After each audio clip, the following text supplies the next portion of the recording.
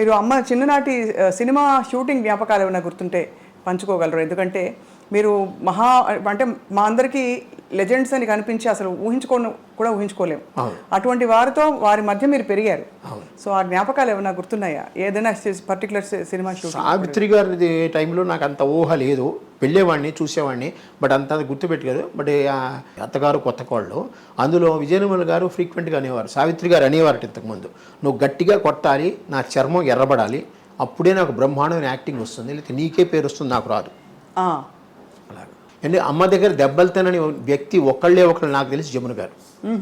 అంటే ఆవిడ ఒక్కతే ఎప్పుడూ కూతురుగానే వేస్తుంది. అవును. అమ్మా అన్నయ్య నేను బజార్ వెళ్తున్నా, అక్కయ్యకి చీరలు కొనుక్కొస్తా. అక్కయ్యకి చీరలా?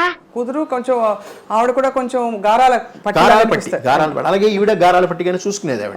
అందుకని ఆవిడ ఒక్కటి తప్పేసి మిగతా వాళ్ళందరికీ వాణిశ్రీ అంటే గోరింత దీపం తీశారు. అక్కడ కూడా ఎంత బాధ పెట్టేది.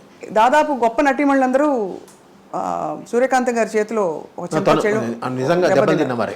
దెబ్బ కొట్టే అది ఎడం చేత్తో ఎంత విసురుగా వస్తుంది. అప్పుడు తగ్గలకుండానే కొడుతుంది ఆవిడ, కానీ ఆ విసురు తట్టుకోలేరు ఎవరన్నా. మన కుడి చేతికి కూడా అంత బలం లేదు, ఆవిడ ఎడం చేతికి అంత బలం ఉంది.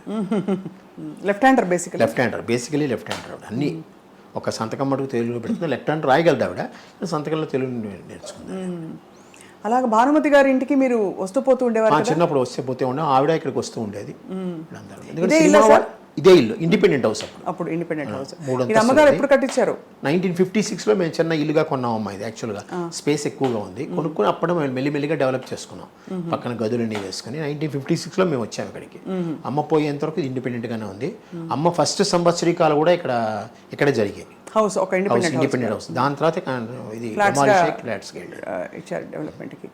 అమ్మగారి నటన చూసి మిగతా వాళ్ళు సహ నటీనటులు ఏమనుకునేవారు? అంటే ఎందుకంటే అంత సహజంగా నటిస్తారు, ఇలా స్క్రీన్ మీదకి రాగానే ఆవిడ బాడీ లాంగ్వేజ్ అంతా నాకు తెలిసిన బాగా బాగొచ్చింది. నాకు తెలిసినంత వరకు చాలా మంది నువ్వు కొంచెం తగ్గితే నేను మాట్లాడతాను, నాకు వినపడుతుంది అన్న ఫీలింగ్లు నేను విన్నాను. అంటే ఎలాగా? ఎందుకంటే ఈవిడ వాగ్దాటికి కొట్టిపారేస్తుంది అనమాట ఏదొచ్చినా కూడా. ఆ సీన్లో ఈవిడే డామినేటింగ్. ఆ సీన్లో ఇంకోళ్ళకి రావాలంటే గ్యాప్ ఉండదు. పైగా ఈవిడేం డైలాగులు కొత్తగా చెప్తుంది, మీరు రాసిన డైలాగులు కన్నా కొత్తగా చెప్తుంది. పైగా డైరెక్టర్ ఆవిడ వదులుతాడు ఏదైనా, అంటే కొంచెం ఇంప్రూవైజేషన్ చేసుకోవడానికి. అది బాగుంది చేసేయమంటాడు, అందుకనే చేసే. ఇప్పుడు చాలామంది చక్రపాణి గారు లాంటి వాళ్ళందరూ అమ్మ చెప్పడం ఏంటంటే, చాలామంది ఆత్రేయాత్రిగా ఆవిడికి డైలాగులు ఎందుకు 2 ముక్కలు రాస్తే మిగతా అంతా చెప్పేస్తుంది. అనిపోతుంది. ఇటు వచ్చి ఆ క్యారెక్టర్ పేర్లు చెప్పాలి. క్యారెక్టర్ పేర్లు చెప్తే ఆవిడ ఆ ధాటిలో కొట్టుకుని వెళ్ళిపోతుంది.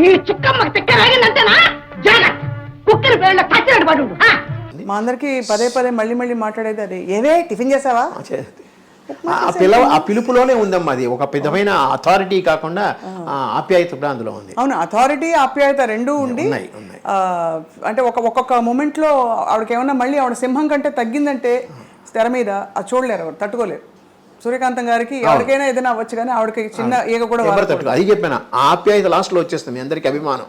పైగా ఇప్పటికీ మన ఇంట్లో పిల్లలతో సహా ఎవరైనా చూశారంటే అమ్మ వచ్చినప్పుడు ఉండే ఫీలింగ్స్ మిగతా వాళ్ళ మీద పెద్దగా కలగదు. అది నేను మొన్న కాకినాడ వెళ్ళాను చూడడానికి. అంటే కాకినాడలో కూడా ఒక ఫంక్షన్ చేద్దామని ఒక ఐడియా. అక్కడికి వెళ్ళినప్పుడు అందరూ ఎలా చూశారంటే నేను ఎవరో వాళ్ళకి తెలీదు. నాకు కాకినాడకి సంబంధం లేదు, చిన్నప్పుడు ఇప్పుడు పుట్టాను అంతే తప్పితే. కానీ వెళ్ళిన వెంటనే అంత అభిమానం, అమ్మ సూర్యకాంతం గారు మేము చేస్తాం, మేము చూస్తామని ముందుకు వచ్చినారు చూసారా. అంత ఒక చిన్న సైజు ప్రవాహం 40-50 మంది వచ్చారు నా దగ్గర. కంటే మీరు ఆలోచించు, అందరూ పెద్ద డాక్టర్లే. అవును, ఆ మెమరీస్ అలాంటివి. పై 30 ఏళ్ళు అయిపోయిన తర్వాత ఇప్పుడు చాలామంది అంటారు అమ్మగారికి పద్మశ్రీ రాలేదు మీకు ఏమన్నా. నాకు దాని మీద సంబంధం లేదు. 30 ఏళ్ళు అయింది ఆవిడ పోయి. ఇప్పటికీ ఆవిడ గురించి ప్రజల హృదయాల్లో చెరగని ముద్ర. అది పద్మశ్రీ వల్ల రాదు, ఊరికే పక్కన నేమ్ బోర్డు పక్కన పెట్టుకోవడానికి ఒక డిసిగ్నేషన్ లాగే అది. అవును, కానీ వారి జీవితంలో వచ్చిన పాత్రలు కావచ్చు, జీవితంలో వచ్చిన సంఘటనలు, అనుభూతులు అన్నీ కూడా ధైర్యంగా ఫేస్ చేశారా? ఎప్పుడైనా కష్టపడ్డారా? కానీ భయం ఎక్కువ. దేవుడా అది శ్రీదేవి సినిమాలో దేవుడా అనుకుంటుంది, ఆ క్షణం ఆ దేవుడా అనుకుంటుంది. ఎందుకంటే శ్రీదేవి ఇక్కడే ఉండేది, మా ఇంటికి వచ్చేది. అమ్మన్న ఇంటి ఏరియా కాముగా ఉంటుంది, ఇక్కడ కొనుక్కుంది ఆవిడ. సేటి కాలంలో కొనుక్కుంది ఆవిడ శ్రీదేవి. భారతి ఎదురు సందులో ఉండేది, మా ఇంటికి ఎదురుగుండా సందులో భారతి వాళ్ళ సిస్టర్ ఉండేవారు. తర్వాత షీలా అనుకుంటాను ఇక్కడ, మలయాళి, మన తెలుగులో కూడా చాలా సినిమాలు చేసింది ఆవిడ. ఇక్కడే ఉన్నారు.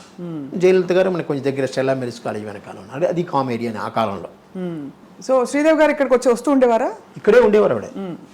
తర్వాత ఇక సినిమా షూటింగ్లకి వాటికి వేరే ఊళ్ళు వెళ్ళడం అని వెళ్ళి తర్వాత డెవలప్ అయిన తర్వాత వెళ్ళిపోయింది ఆవిడ ఇక్కడ ఆ ఇల్లు అలాగా ఖాళీగా తాళం వేసుకుంది. అసలు ఏ ప్రోగ్రామ్ ఉన్నా ఏదైనా సరే ఇంట్లో ఫంక్షన్ జరిగిందంటే అందరూ వస్తారమ్మా. అలాగే మేము కూడా కొన్ని చోట్లకి వెళ్తాం ఖచ్చితంగా. ఛాయాదేవి గారు ఫ్రీక్వెంట్గా వస్తారు. రావడమే బయట నుంచే ఆ తలుపు తెరవక ముందే ఆవిడ గొంతు స్టార్ట్ అవుతుంది. ఓహో, ఛాయాదేవి గారా? ఛాయాదేవి గారు ఆవిడ చాలా అసలు ఆగదు, ఆవిడ ఆగదు.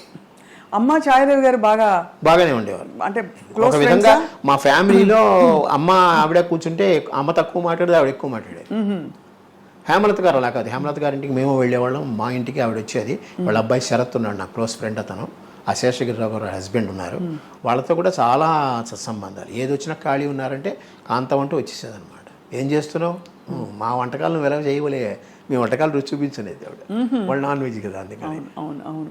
అయితే ఇంత నటనా ప్రపంచం చుట్టూ ఉండి కూడా మీరు ఎందుకో మరి యాక్టర్ అవ్వాలని అనుకోలేదని అసలు? మాకేంటంటే పైకి రావాలి. మాకు ఇంటి కింద డిప్యూటీ జనరల్ మేనేజర్ ఉండేవారమ్మా అద్దెకి, ఆంధ్ర బ్యాంకు. ఆయన పొద్దున్న 9 గంటలకు వెళ్ళేవారు కారులో, సాయంత్రం 7 గంటలకు వచ్చేవారు. చాలా టీవీగా ఉండేవారు, అంతా ఇదిగా ఉండేది. ఇంటికి ఎవరు వచ్చేవారు కాదు, ప్రశాంతంగా ఉండేవాడు భార్యాభర్తలు. వాళ్ళ ఇంట్లోనే నేను ఆడుకునేవాడిని, వాళ్ళు మా ఇంటికి వచ్చేవారు, కూర్చునేవారు. అది చూసినప్పటి నుంచి మా మదర్కి ఒకటి అనిపించేది, నువ్వు కూడా ఇలాగ ఆఫీస్ రావాలని. సో అది నా బుర్రలో పాతుకుపోయింది. దానివల్లే నేను బీకామ్ ఎంకామ్ చదివాను. ఎంకామ్ అయిన తర్వాత నేను బ్యాంక్లో 1974లో వచ్చేసాను. 76లో మాకు మ్యారేజ్ అయింది. మీకు 23 ఏళ్ళు, తనకి 16, 8 ఏళ్ళ తేడా. ఇంటర్నేషనల్ ఉమెన్స్ డే మార్చి 8. ఈ రోజు అది ఇంటర్నేషనల్ ఉమెన్స్ డే అయింది. అప్పుడు మా మ్యారేజ్ ఇక్కడ మెడ్రాస్లోనే.